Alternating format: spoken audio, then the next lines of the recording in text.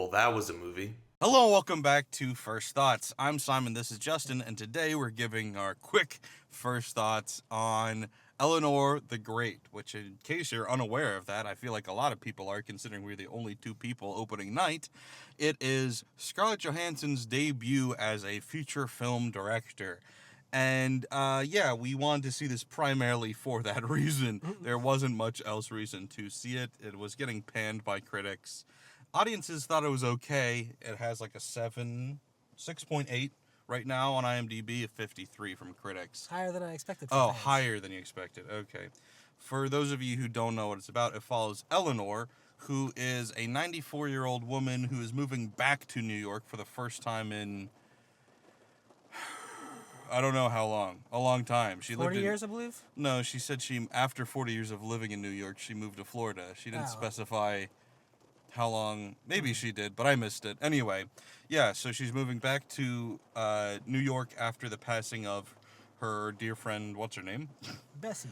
Yes, Bessie, who she'd been living with for the past 11 years. She passes away, so she moves in with her daughter and her daughter's son.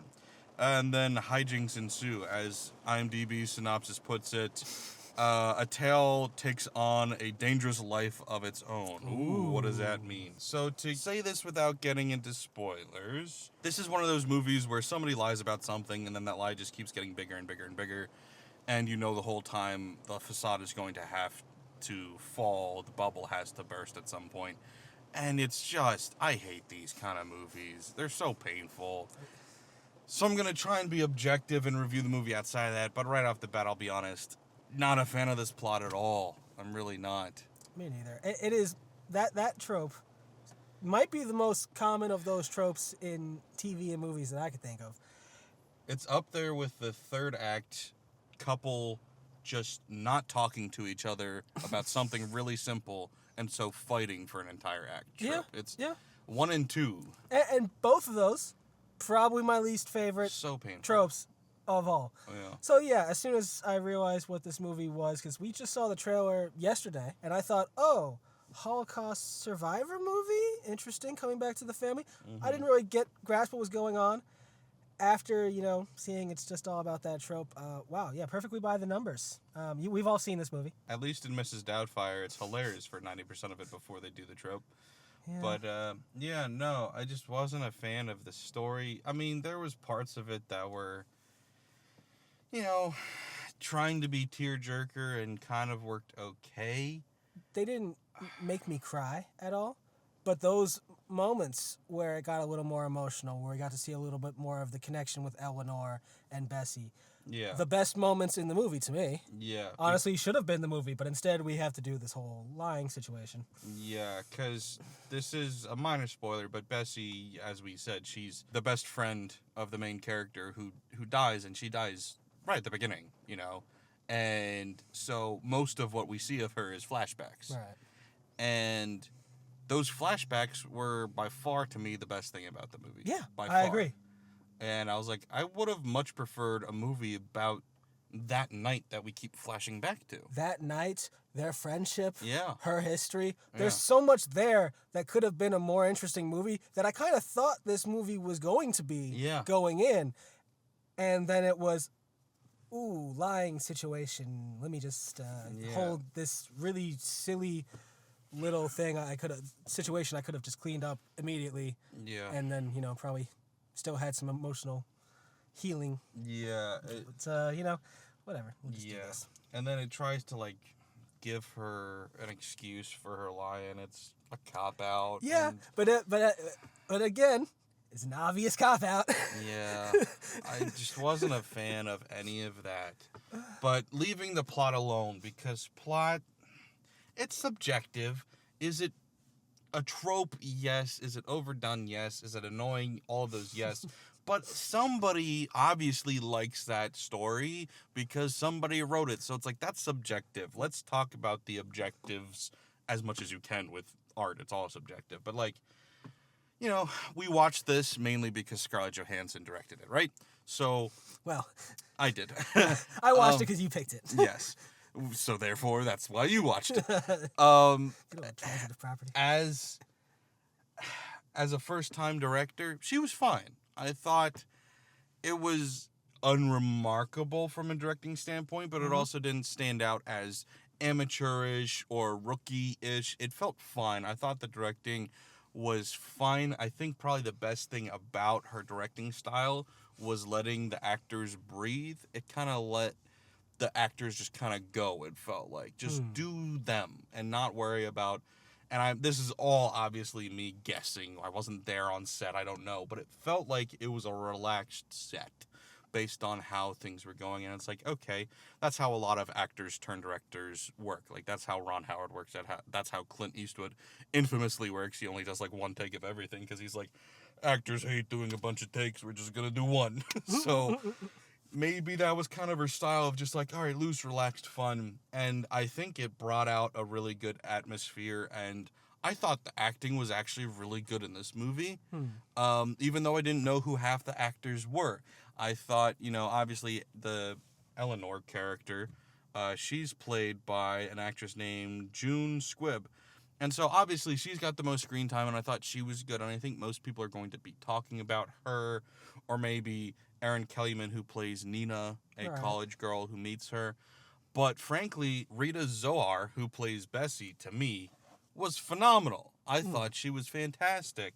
So, overall, I thought the cast all was good. Yeah. But Bessie in particular, I thought stood out as just like, damn, she's really good. So, and a very good point to why her scenes best in the movie. Yeah. Why more focus on her would have probably made a much better movie. Yeah. But she's way more of an afterthought than I thought she was going to be going painfully into this. So. Yeah. It's a shame. Because, it could have been good. If it was what I thought it was going to be, it was going to be good. I guess we'll get into spoilers very briefly here. I don't think there's much more to say, but we can get into the nitty-gritty of it. Overall, I don't even know what to rate it. My rating right now is just skip. Skip it. I don't... Does that make it a 5? Just completely forgettable? No, because it did actively annoy me. I would probably give it a 4. I'd give it a 4, I guess, if I had to pick something. There are redeeming qualities, though, but they're few and far between. Yeah, there's a couple of good parts, and there's clearly a potentially good movie there. And then there's the huge trope they just felt like focusing on because, ooh, easy plot we have here. Yeah. Lie, and then lie reveal, and then... Yeah, so much wasted potential. Fix the problems coming from lie reveal, and then, movie over. Yeah. I haven't seen that before. I don't know. So 4 or 5-ish, somewhere in that range. I don't recommend it. No. Not that I don't think anybody really cared anyway. Yeah, opening night for a solid time. I mean, the next one's kind of a late movie. This is early. This was regular time. Yeah. Absolutely empty theater. In the smallest theater, and nobody showed up at all. It's been a while since it's been completely empty. We sat in many spots just for fun. We also stood in many spots just for fun. That was pretty fun. That was the most entertaining part of the movie, was looking at I stood in the back corner, I stood in the front center, I sat in the back middle, I stood facing the other way to watch it play off the window. Entertaining. I sat on the stairs. Great movie. Great, entertaining. Anyway, spoilers. So if you don't want anything spoiled, click away. Go watch it, come back, and we can talk about it then. But don't forget to like, share, follow, subscribe, all that. Thanks. Bye. Oh, God, it's hot. And the rain stopped enough to open. Nice. Yeah, so if you didn't already pick up on it, it's pretty obvious. We were dancing around it. She pretends to be a Holocaust survivor, but it wasn't her. It was her friend. And she steals her story and tells her story. And they end up going down this, like, mumbo-jumbo of, like, oh, I just did it because I miss her. No, you were lonely and pathetic, and so that's why you stole the story? Yeah. I guess. I don't know. She was lonely and she wanted friends, and now she was in this group that potentially could be friends. And then she made the young friend. To honor her, though. No. She just did it because she panicked and thought, oh, I could have something I can say to not be embarrassed. And then they started loving it, so she just fed into it because attention. She's 94. I get it. It's obvious. I get it, but it doesn't make a great movie that I want to sit through for an hour and a half. And you don't have to pretend that it was redeemable or noble. You can just say, hey, I fucked up, and move on. Oh, yeah, the grief part at the end was good. Yeah, great. that was so dumb. Especially when we just had, like, all these great flashbacks to this woman telling her awful tragedy. The lines were so well written. Yeah. Where I was like, she's talking about she and her brother both jumped off a train on the way to Auschwitz. And she survived, but her brother was shot. And she went back to find the body. And when she found the body, she couldn't recognize it because it had been shot 14 times. And then Eleanor cuts and goes, you counted? And she's like, I couldn't not. I felt like I just had to know. And I'm like, that was so wonderfully written. And I was like, damn, that's such a good, realistic, gut-wrenching moment. And her delivery's so good. And that's just like an afterthought. Listen, just imagine this, all right? I got the whole movie already, okay? All right? So this movie starts out, Bessie dies. Eleanor goes home to live with her daughter and grandchild, right? Mm-hmm. The daughter sends her to this group because Eleanor's really lonely and trying to meddle in their lives because she's 94 and lonely and her best friend just died. And so she gets her into this choir group. But she accidentally helps out one of the Holocaust survivors from a survivors group that's also in that place. Mm-hmm. She goes to the wrong group. Yeah, that's how she gets dragged in there because for her kindness, she thinks, she's ended up at the same group. Yeah. But then she says, like, we've got to stick together or something, and she takes it as old women. Yeah. Not as Holocaust survivors. Yeah. So they introduce her. They introduce everybody. They introduce what the group is, and she goes. She kind of half tries to leave. They convince her to stay. She starts to talk. She steals the story. All right. That right there. That's where we change it up. All right. Oh. She tells the truth. But she still tells Bessie's story because it's still a Holocaust survivors group. I'm pretty sure they're gonna accept that. Yeah. Just say I was here mistakenly, but I did happen to know this Holocaust survivor who, showed me her entire life story, and I am here. And like, that one article gets revealed later that there's proof of their friendship too. Mm-hmm. So like, this all works. And then she could still. That one girl is still in there. She's like a college student in a journalism degree whose father is an active journalist, right? News anchor, yeah. So she's getting into the field and she's trying to do a project on this group. She meets Eleanor. Eleanor tells her Bessie's story, and they still have the friendship. They still meet up and go around the town, but it's just her telling Bessie's story, and we see a lot more flashbacks. Her and Bessie throughout their lives. Her and maybe I guess maybe they don't want to do Holocaust actual flashbacks, but we could still see her and Bessie's lives, her and more of Bessie explaining the stuff. And like none of the rest of the conflict needs to happen. It's still just an emotional, touching story. Or we just go to her last night when she's telling the story, and we just have her tell the story. That's the movie. And intercut that with flashbacks from her life, what she's talking about, like a normal movie would. And then we don't name it Eleanor the Great. Eleanor the Great? Eleanor the Schmuck. She didn't do shit. Call it Bessie the Great, except for that doesn't roll off the tongue. I don't know. The best Bessie. I don't know. Figure it the fuck out. But it's like, what the fuck are we doing? We're telling the story about the wrong person. And like, I don't have a huge problem with that, but like, why are we celebrating her? Yeah, how is she great? Eleanor the dope. I continue to forget that the great is part of the title, and it makes no sense every time I read it. Like, they at the end they try to tie it back to like the news anchor's wife had died. Yeah. He has not been able to say her name since she's died, and that's affecting the daughter. 6 to 8 months. Yeah. Somewhere in between there. There's a lot around him. But that's affecting the daughter who's trying to process the grief with her father, but he's cold and distant now. Yeah, he'll walk out of the room every time she brings her up. And so when he's going to expose Eleanor's deception in the news, he hard switches it into a puff piece. But she does it because of grief, which, knew that one was coming. Yeah. Obvious.